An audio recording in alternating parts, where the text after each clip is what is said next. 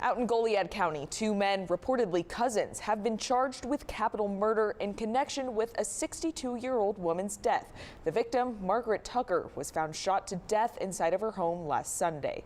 Officials say 22-year-old Devin Debord and 24-year-old Christopher Debord were arrested. Multiple law enforcement agencies discovered the duo's criminal activities started out in Victoria County, where they stole a car and firearm. The Goliad County Sheriff's Office reports the cousins are being held at the county jail on two $250,000 bonds.